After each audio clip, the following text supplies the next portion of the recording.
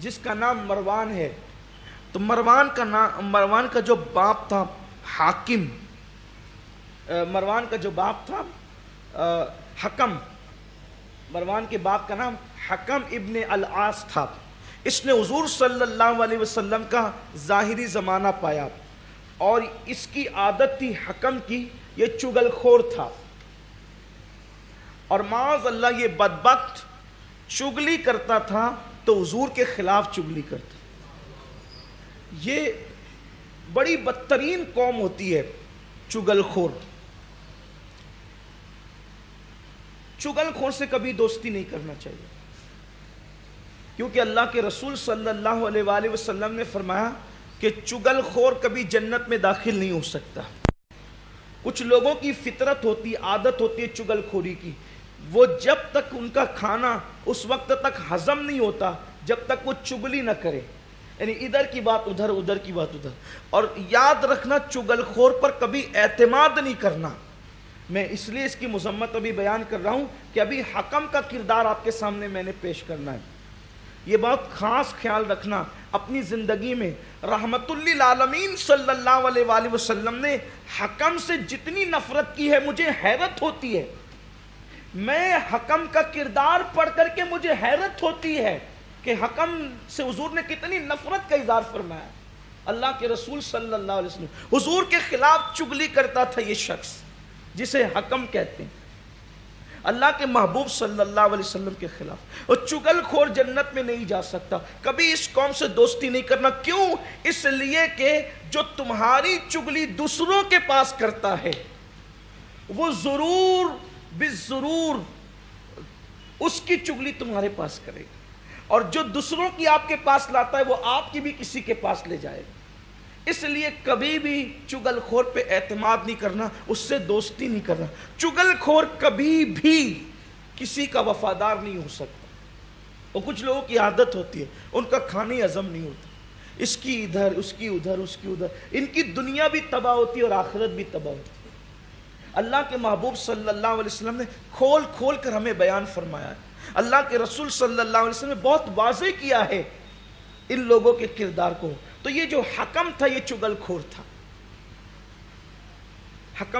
اور آج کل تو چگل خوروں کو بڑے مرتبے حاصل ہیں کہ یہ لوگوں کی باتیں ہم تک لاتے ہیں، لیکن وہ آپ تک لاتے ہیں تو آپ کی بھی لے جاتے ہیں. اس لیے کبھی ان کو مرتبے نہیں دینا، وہ آپ کو نقصان پہنچائے. ایسا دشمن جو حق کہتا ہے وہ چگل خور دوست سے بہتر ہے. دین سے لوگ دور ہیں. چگل خور اپنی بھی تباہی کرتا ہے، دوسروں کی بھی تباہی کرتا ہے. تو حکم جو تھا مروان کا باپ، حضور کا ظاہری دور اس نے پایا. حضور صلی اللہ علیہ وسلم سے وہ ملنے کے لیے آیا، کیونکہ حضور کو تو سب پتا تھا کون کیا کرتا ہے. غیب دا نبی کو سب پتا تھا. حضور پردے ڈالتے تھے. اگر دنیا میں چگل خوروں کی موت ہو جائے تو دنیا سے 90% فتنوں کا خاتمہ ہو جائے. گھر میں چگل خور ہو تو گھر سلامت نہیں، محلے میں چگل خور ہو تو محلہ سلامت نہیں، ملک میں چگل خور ہو تو ملک سلامت نہیں. چگل خوروں نے بڑی بڑی سلطنتوں کو تباہ برباد کیا. اللہ کی پناہ مانگنا چاہیے چگل خوروں سے. بڑے خطرناک لوگ ہوتے ہیں.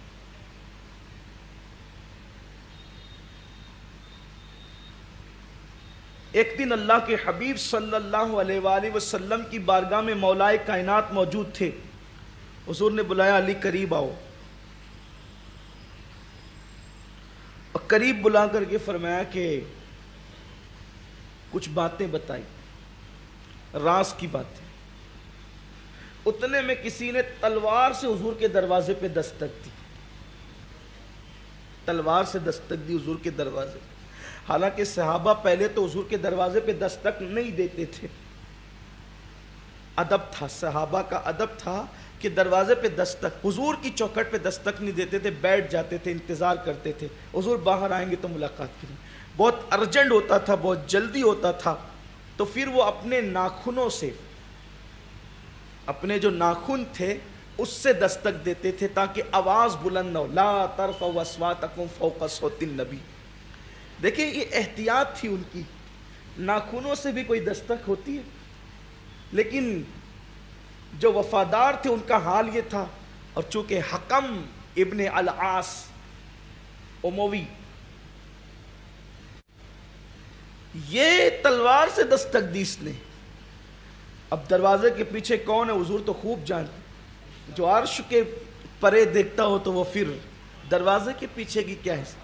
حضور علیہ السلام نے فرمایا علی دروازہ کھولو، اور جو بندہ آپ کو کھڑا ہوا نظر آئے نا اس کو ایسے میرے پاس پکڑ کر کے لاؤ جیسے بکری کو دودھ دونے کے لیے لے جاتے ہیں نا، ایسے. عرب میں بکری کو دودھ دونے کیسے لے جاتے ہیں؟ تو اس کا کان پکڑ کر دودھ دونے والا، ایسے میرے پاس. اب یہ رحمت للعالمین کا کردار ہے چگل خور کے ساتھ. ہمارے یہاں تو چائے اور شربت پیش کی جاتی ہے، اور کہاں کہاں کھلائے، ذرا ہمیں بھی سنائیے اور ہمیں بھی جہنم میں اپنے ساتھ لے چلیے. دین کہاں ہے؟ دین پورا واٹس ایپ چگل خوری پر مبتلا ہے. واٹس ایپ کی لذت ہی ختم ہے اگر اس میں چگل خوری نہ ہو. لوگوں کو سب کچھ دنیا میں چاہیے، آخرت کی کس کو پڑی ہے اللہ ماشاءاللہ. حضور فرماتے ہیں مولا کائنات سے جاؤ اس کو میرے پاس ایسے پکڑ کے لاؤ. حالانکہ اس رسول کو ہم دیکھتے ہیں، مجھے حیرت ہے کہ کافروں کے آنے پہ چادر بچھائی جا رہی، کافروں کے آنے پہ چادر بچھایا ہے، لیکن حضور یہ طریقہ کس انداز کے ساتھ لوگوں کو دکھا رہے تاکہ لوگوں پہچانو ان کو جس سے ہم نفرت کرتے ہیں. آج ہمارے ہوتے ہوئے یہ نفرتوں کا اظہار نہیں کر پاتے مکمل طور پہ کھل کے، لیکن ہمارے بعد یہ جو کریں گے پہلے حضور بے نقاب کر دے کہ پہچانو. مولا کائنات سے کہا کہ اس کو ایسے لا جیسے بکری کو دونے کے لیے، دودھ دونے کے لیے لایا جاتا ہے. پھر وہ مولا علی تھے نا، حضور نے کہہ دیا تو پھر وہ کس کی رعایت کرے. دروازہ کھولا تو یہ دکھا، حکم دکھا، وہ پکڑا کان ایسا ہی اور کھینچ کر حضور کی بارگاہ میں. حضور نے فرمایا تجھ پہ لعنت ہو. اب اور بڑی بات، پھر فرمایا تجھ پہ لعنت ہو، پھر فرمایا تجھ پہ لعنت ہو. 3 بار فرمایا. اللہ کے رسول صلی اللہ علیہ وسلم کہا جا ابھی بیٹھ کونے میں، بعد میں تیرے سے بات کریں. پھر اس کے بعد راوی بیان کرتے ہیں کہ وہ بیٹھا رہا. پھر بہت سارے انصار آئے، بہت سارے مہاجرین آئے. حضور ان سے گفتگو کرتے رہے، بات چیت کرتے رہے اللہ کے رسول صلی اللہ علیہ وآلہ وسلم. اور اس کے بعد میرے آقا مصطفیٰ کریم صلی اللہ علیہ وسلم کے صحابہ حضور سے بات کرتے کرتے پھر جو ہے وہ رخصت بھی ہوتے رہے، جاتے بھی رہے آتے بھی رہے، جاتے بھی رہے آتے بھی رہے. پھر اس کے بعد اللہ کے محبوب مصطفیٰ جان رحمت صلی اللہ علیہ وآلہ وسلم نے جب سب سے ملاقات کر لی تو ملاقات کرنے کے بعد اللہ کے پیارے حبیب صلی اللہ علیہ وآلہ وسلم نے فرمایا کہ بلاؤ اس حکم کو. پھر وہ کونے میں بیٹھا ہوا تھا. اللہ کے رسول صلی اللہ علیہ وآلہ وسلم نے حکم ابن العاص کو پھر بلانے کے بعد فرمایا آقا کریم صلی اللہ علیہ وآلہ وسلم نے تجھ پہ لعنت ہو. حضور نے پھر فرمایا تجھ پہ لعنت ہو. اور اب 4تھی مرتبہ لعنت فرما کر کے پھر حضور صلی اللہ علیہ وآلہ وسلم فرماتے ہیں کہ ان قریب ایک وقت ایسا آئے گا کہ تیری پشت کے اندر، حضور فرماتے ہیں ان قریب ایک وقت ایسا آئے گا کہ تیری پشت کے اندر ایسے بچے پیدا ہوں گے جو میری سنت کو تبدیل کریں گے، کتاب اللہ کو پیٹ کے پیچھے ڈالیں گے، سنت کا مذاق اڑائیں گے، سنت کی مخالفت کریں گے، اور ایسے فتین ہوں گے کہ ان کا فتنہ جب اٹھے گا تو ایسے جیسے دھواں آسمانوں سے جا کر کے لگتا ہے ویسے ان کے فتنے جو ہے وہ امت کو اس طریقے سے ہلاک کریں گے. اور اتنے فتنے ان کے دور کے اندر اٹھیں گے کہ لوگ اس کا اندازہ نہیں کر سکتے. پھر اللہ کے رسول صلی اللہ علیہ وسلم نے فرمایا کہ تجھ پہ بھی لعنت ہے اور تیری اولاد پر بھی لعنت ہے. تمہیں دنیا کی نعمتیں تو مل سکتی ہے لیکن آخرت میں تمہیں کچھ نہیں مل سکتا. اس کی تشریح کرتے ہوئے محدثین فرماتے ہیں جتنے برے تھے ان پر تو لعنت کی، لیکن جو کچھ اچھے تھے حکم کی اولاد میں وہ لعنت سے محفوظ رہے. جیسے حضرت عمر ابن عبدالعزیز تو حکم ہی کی اولاد میں سے. تو حکم کل پر لگتا ہے، اور بعض لوگ اگر اچھے ہوں تو وہ کوئی بات نہیں. پھر اللہ کے رسول صلی اللہ علیہ وسلم نے فرمایا کہ مروان کی اولاد میں 4 بادشاہ ہوں گے، یعنی حکم کی نسل میں 4 بادشاہ ہوں گے، اور یہ جو 4 بادشاہ جب تک نہ ہو جائیں اس وقت تک کہ قیامت قائم نہیں ہوگی. یہ بھی اللہ کے یہ قیامت کی نشانیوں میں سے نشانی ہے. اور پھر حکم کو آقا کریم صلی اللہ علیہ وآلہ وسلم نے جب دیکھا کہ لعنت کرنے کے بعد بھی وہ اپنی شرارتوں سے باز نہیں آتا، تو حضور صلی اللہ علیہ وسلم نے حکم کو مدینہ منورہ سے باہر کر دیا، اس کو تڑی پار کر دیا، شہر بدر کر دیا، جس کو ہم تڑی پار کہتے ہیں، سمجھ گئے نا تڑی پار، شہر بدر کر دیا اس کو، حکم کو اللہ کے رسول صلی اللہ علیہ وسلم نے. پھر حضور کے ظاہری دور میں وہ طائف میں پڑا رہا، کبھی مدینہ طیبہ نہیں آیا. اس کے بعد صدیق اکبر کا دور آیا تو اس نے گزارش کی کہ میں مدینہ منورہ آنا چاہتا ہوں. صدیق اکبر نے فرمایا میرے محبوب نے جب تجھے آنے نہیں دیا تو میں بھی نہیں آنے دوں گا. پھر فاروق اعظم کا دور آیا تو گزارش کی کہ آپ مجھے مدینہ شریف میں داخل کر لیں. فرمایا میرے محبوب نے نکالا ہے تو ہم داخل نہیں کر سکتے.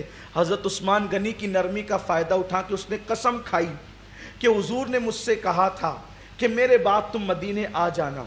حضرت عثمان غنی نرم طبیعت کے آدمی تھے، اس کی جھوٹی قسم پر آپ نے اعتماد کر لیا اور اس کو آنے دیا، اور وہ کیا آیا، اس کا بیٹا مروان بھی آیا، اور اسی سبب سے جو ہے پھر حضرت عثمان غنی کی شہادت کے تانے بانے بنے گئے جو آپ سن چکے ہیں.